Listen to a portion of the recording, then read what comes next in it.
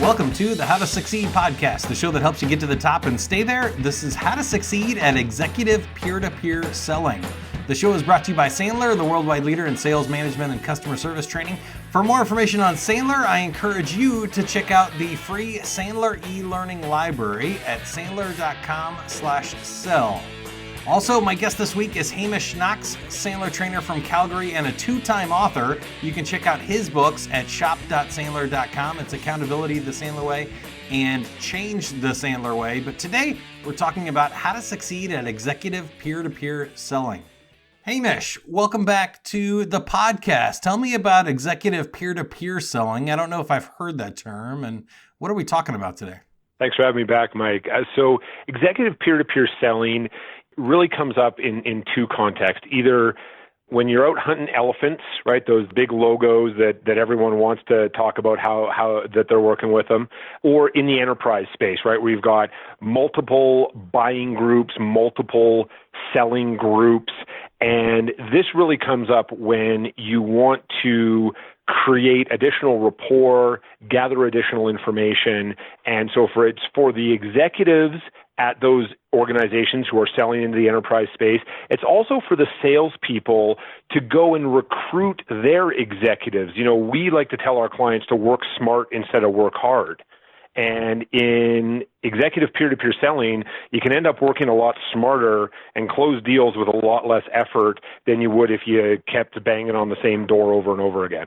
Yeah, I think it happens a lot. I was also thinking of like professional services. Usually somebody doesn't hire the lawyer or accountant besides the chief executive, or especially in small business, those are usually like peer-to-peer type transactions. So it can happen in a lot of different ways, but it is not something I've heard a lot about. So what do you think the key attitude component is here of why you should use an executive, or maybe why you shouldn't if you're one of those salespeople? Well, the real key attitude with this overall is that the purpose of peer-to-peer executive selling is to either create or advance a selling opportunity. That's it. And where that goes a little bit sideways is when you have an executive on the selling side and they don't come from a sales background. We'll just use the CFO as an example, probably come from an accounting background.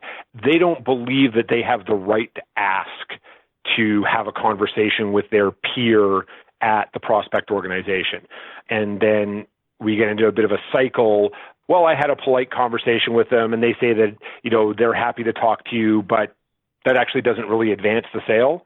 That was a CFO talking to a CFO, and the salesperson ends up getting frustrated because what did you do aside from having a nice, polite conversation? How did you support me in creating or advancing a selling opportunity with one of my prospects?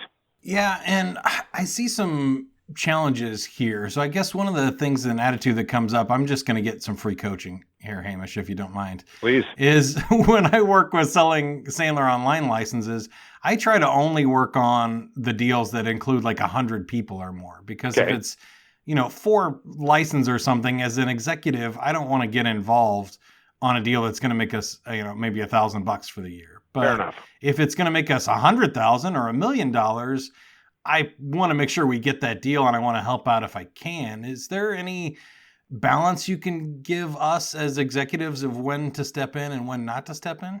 Yeah, and that is a great question, Mike. And it comes down to not the purpose of this podcast, but does the selling organization really have its ideal prospect profiles locked down? Because we use the phrase rabbit, deer, bear, and elephant with our clients. This is not to use, what your example, a 4 license, that's probably a rabbit. But if we're looking at, is it 100 licenses or is it 1,000 licenses?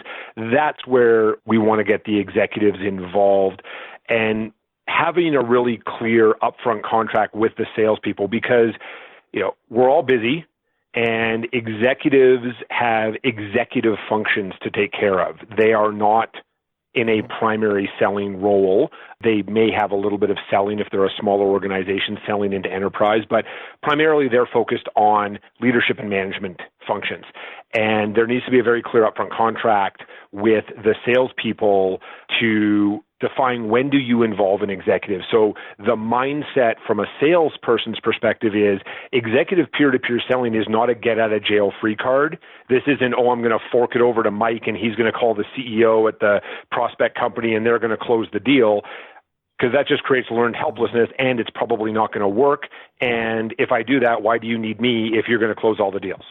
That's what I was really concerned about, is sometimes I see where the executive is the only person who can open deals and get conversations started. So 80% of their business is coming from executive created opportunities, which can cause a problem if that executive leaves or wants to do something else with his time. But also on the closing, if they have to close all of them, that is not in the best situation either. So I love what you said about advancing. So I see those as the three key skill sets here if we move to behavior. But any thoughts on, when you let a salesperson fail, when you should decide to open more, close more, or just wait until they ask? How does that work out? Yeah, great question. And really, when it comes down to it with executive peer-to-peer selling, the executive is there to smooth the wheels, if you will, or create rapport at their peer level. They are not there to replace the salesperson. So, when we're looking at enterprise selling, we need to really clearly define what are the roles, and if we're going to allow the salesperson to be successful and also have them have credibility in front of their client. Like that was in my previous world before I joined Sandler. One of the things that used to kill the credibility of our salespeople is the manager would come in seeking to get their emotional needs met, more or less, and take over the relationship. Hey, Mike, you can always call me if you've ever got a problem. It's like, well, then why do you have Hamish? I'm just going to call you. Well, I was thinking that too, is that, so could we say then that the executive should be in the role of maybe like a subject matter expert and not the role of the salesperson, that the salesperson sells and maintains the relationship. But if we need the subject matter expert to come in and answer a question or move something along or reach out at a higher level to get a response back, because sometimes just, CEOs and CFOs get more emails returned than salespeople. Is that what you're thinking here on the behaviors? Peer-to-peer is set up to be literally that, a peer-to-peer. So I'm a CEO, you're a CEO. My salesperson is selling to your director of operations, to use an example. Well, we're CEOs, we're peer-to-peer. And so from a behavioral context, this is me calling you up, and we'll dive into technique a little bit, but saying something to the effect of, hey, Mike, we're CEOs. Let's have a CEO conversation. Oh, by the way, 30-second commercial. Here's what our company does. You're probably not going to get involved in that. I got a sales team. If there was someone in the company who my salespeople should be speaking with, who would that be? Well, it's Diane, my director of operations. Right? And that's where the conversation goes. And when we get into technique, we'll talk about how to make sure that we don't just go, oh, okay, well, that's nice. I'll tell them to call Diane, because that's not a great way to create or advance an opportunity. But from a behavior standpoint, the one thing we'll leave prospecting aside for a second, touch calls to current clients. Everybody loves to hear from the boss. So as an executive, having a list of clients that you reach out to on a weekly basis, and it can be, one a week or one a day, and at that peer-to-peer level, and it's really a touch call. It's to say, Mike, Hamish calling. We really appreciate your business. My salesperson, Nisha, is talking to Diane and supporting her. I thought you'd appreciate hearing from me. You're in good hands with Nisha. Any questions, please direct them to her. If you want to reach out to me directly, here's my direct phone number. Talk to you soon. And that's it. That's the whole phone call. And really, it's probably going to be a voice message. But the key thing with that is you're empowering your salespeople. You're giving them the credibility, but you're also reaching out at that peer level and saying, we appreciate your business, which everybody likes to hear. And then I guess the third bucket is the closing. So if you were going to give us a behavior for negotiations or end of deal stuff, what do you think an appropriate role for the executive is there? It's not even necessarily to be involved in that final kind of conversation, eyeball to eyeball or over the phone. It's actually in the pre-call planning. And that's one thing that, we're very big believers on, all of us at Sandler when we talk to leaders and managers, is really having that pre-call plan locked down prior to any engagement with the prospect company at a peer-to-peer level, because we don't want the executive to accidentally step offside, right? They may get excited and accidentally say to their peer, "Oh, you know what, Mike? We got lots of cool stuff coming up in Q2 that we're going to implement. You may just want to wait until then." Not beneficial to the selling opportunity.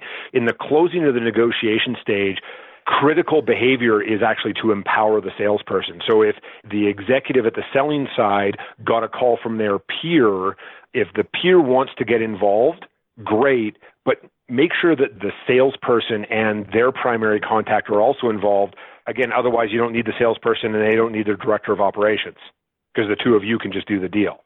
So the critical thing is to keep that salesperson empowered and gently suggest that the buying side works directly with your salesperson. Otherwise, you're going to kill their credibility, and ultimately you could demotivate them as well.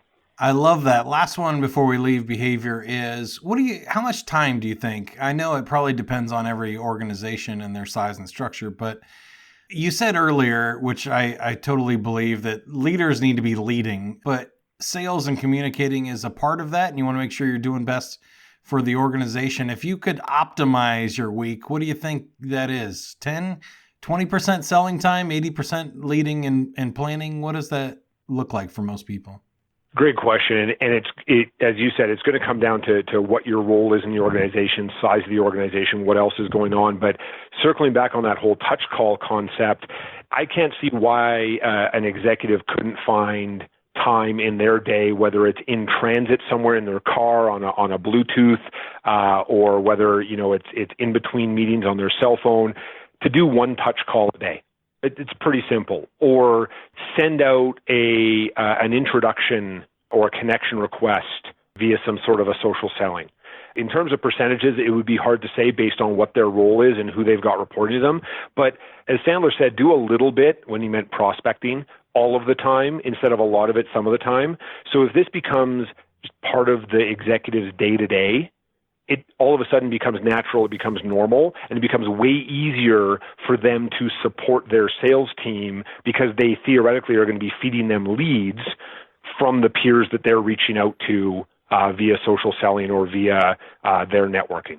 All right, I think that makes a lot of sense. That's kind of what I was thinking too. It might not be hours on the calendar, but somewhere around maybe 10% of your week, 4 to 5 hours a week is probably appropriate. And they don't have to be work hours, like you said. It could be reaching out by email after hours, or making your calls first thing in the day and just leave a message and say, hey, wanted to reach out to you and see how you're doing. So I think that makes sense. Let's move to technique. You've already shared some great scripts for us and starters there. Anything else come to mind on technique when you think about how to get involved as an executive in selling?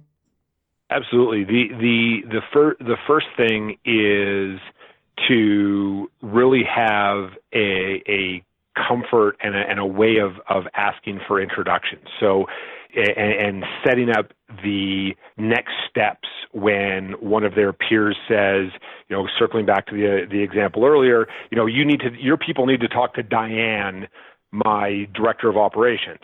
And oftentimes what happens before, we implement some structure for this with our clients is the executive says, oh, okay, well, I'll tell them to call Diane. Well, now it's a cold call. Doesn't help very much.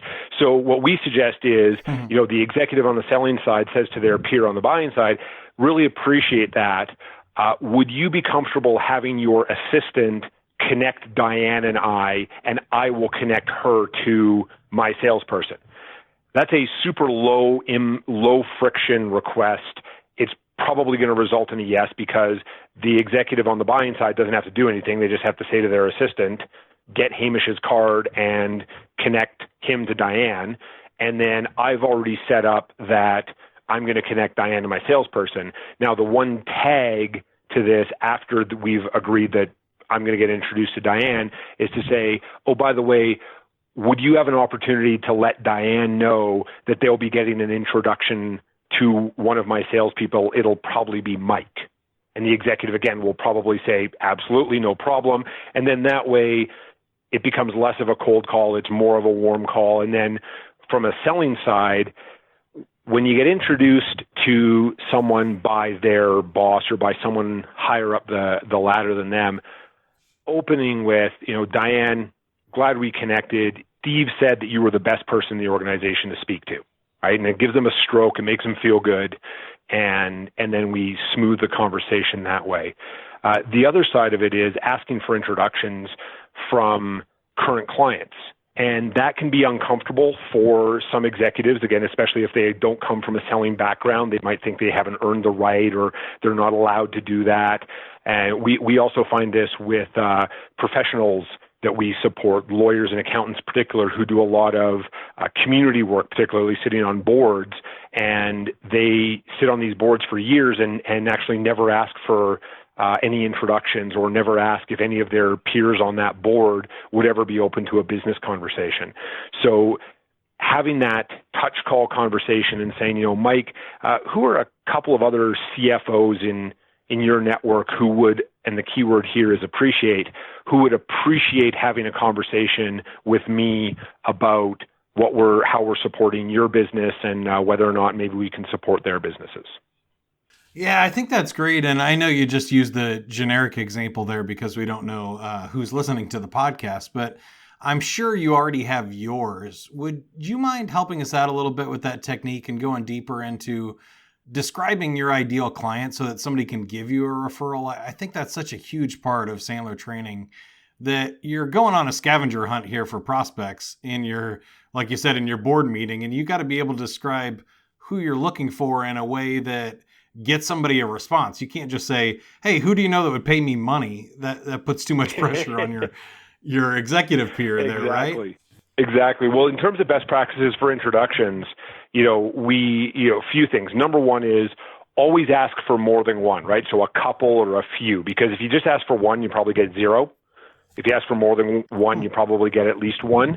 The other one is, very, very laser specific. So, anybody, well, your people in your world do not know anybody's, but they know CFOs of manufacturing companies headquartered in your city, or they know director of sales for software as service companies with more than 10 salespeople.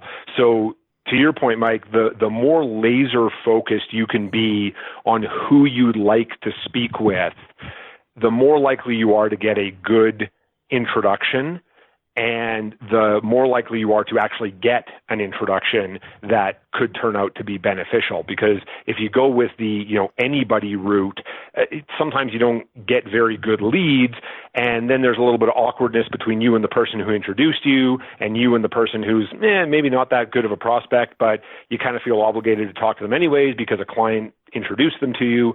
So if you are super laser specific with the title, the industry, the size of the company, where they operate, any really observable characteristics that someone can think, oh, I know someone like that, the more likely you are to get a good introduction.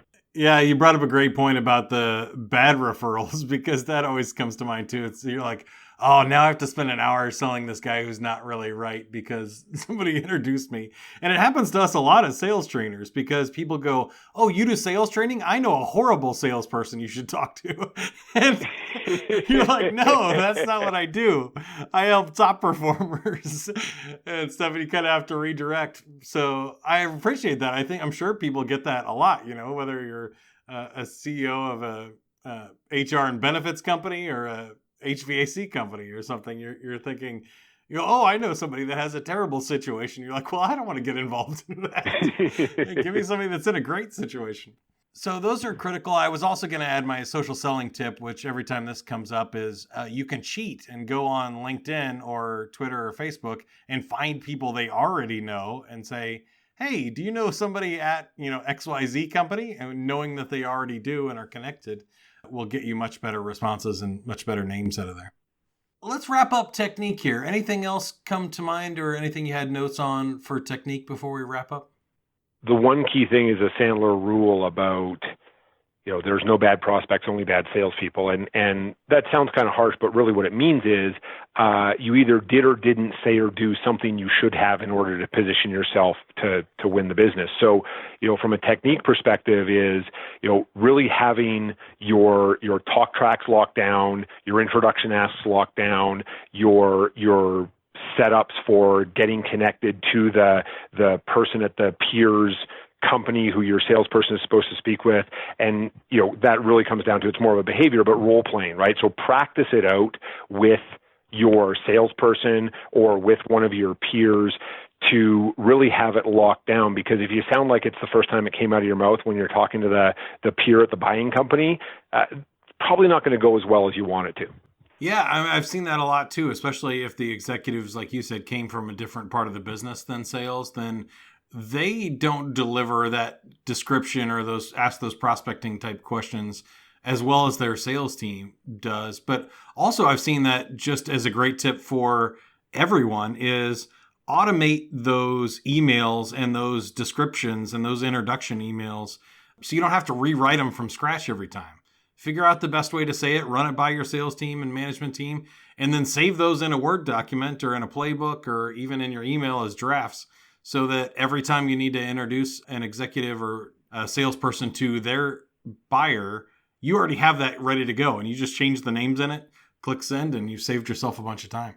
Absolutely. Once again, we're talking with Hamish Knox. He is a longtime Sandler trainer from Calgary, Canada, and author of 2 books for us, Accountability the Sandler Way and Change the Sandler Way. They're available at shop.sandler.com. Hamish, you've been on the podcast a few times, so I got a couple of interesting questions here for you. What is your next goal at the moment? My next goal is expanding my team. I have a vision of having a robust team here at our office in Calgary, and so we've recently added a trainer to the team, and we're in talks to potentially add a consultant. So my goal is to create a really super high performing team that can deliver more support to more companies in our region. And you've written a couple of books for executives, but I was wondering if you would share a couple of your favorites that you've read for executives. Ooh, absolutely. I just finished a great one by a gentleman named Nassim Taleb, and most people know him for writing the book The Black Swan. But his recent book is called Skin in the Game, and having written a book on accountability, that was pretty big for me. So I really, really enjoyed that book. And the other one that I read years ago, but actually still comes up in the sessions that I run with leaders here in Calgary, is the book Mindset by Carol Dweck. The other book that ties along with that is What Got You Here Won't Get You There by Marshall Goldsmith, which really, is about you're always growing, always learning. And I really find that those 2 books I just mentioned are really classics that I go back to at least once a year to refresh my memory on the concepts and the tools so I can grow myself and support my team. Those are awesome. You also reminded me of the E-Myth by Michael Gerber. That's the same thing for executives, and especially small businesses trying to grow their business to the next level. So that's awesome. Last one, I guess, is what did we miss? Is there any other favorite Sandler rules or things that you wanted to mention here on selling as an executive? Yeah, it's not an official Sandler rule, Mike, but it's one of our colleagues said it at one of our summits a few years ago, and that is, it's okay to be beaten, just don't lose. And we don't win in sales all the time, although our attitude, our mindset is win or learn. But to be beaten means that you and your team did absolutely everything under your control to position yourself to get the business. And that was pre-call planning, debriefing, asking all the right qualifying questions, following your process. If you did that and you don't get the business, you got beat. Learn from that experience, hold your head high, go out and get the next one. If you lost, it means that you probably skipped a step. You probably got lazy. You probably thought, oh, we don't need to do that in this case. That's also a good learning opportunity because it really reinforces the need that to stick to a process and follow a system for properly prospecting, qualifying, and closing the business. So if there is one thing to tie this all into a bow with, it's okay to be beaten, just don't lose. I like it. So let's recap the attitude, behavior, and technique real quick. What's one attitude you'd like people to have leaving the podcast? The attitude is the purpose of executive peer-to-peer selling is to advance a selling opportunity. It is to not, quote, build a relationship with your peer on the buying side. And the best behavior to do? Pre-call planning, pre-call planning, pre-call planning. Don't accidentally step offside because you got excited about something or you shared something that maybe you shouldn't have that caused the deal to get pushed back. Yeah, when you mentioned that earlier, I thought about discounting because sometimes executives or owners have the ability to go a little bit deeper than their salespeople, and that also means they're more likely to do so. So be careful on that one. And very quickly, one of my best managers ever, he was actually the individual who introduced me to Sandler. There was a couple of instances when I was on his team where he did get that question. You know, he happened to be having a conversation with one of my prospects, and they were out at an event, and they said, talking to Hamish, and he's being kind of a stickler on price, et cetera, et cetera. And my manager told me after the fact that he said, you know what, I've given Hamish the power to set the pricing as he sees fit. Whatever he said to you, that's the pricing. That's awesome. Yeah, for sure. And the best technique to use? A upfront contract for clear next steps. When your peer says you need to talk to this person in my organization, don't finish that with, okay, thanks, bye.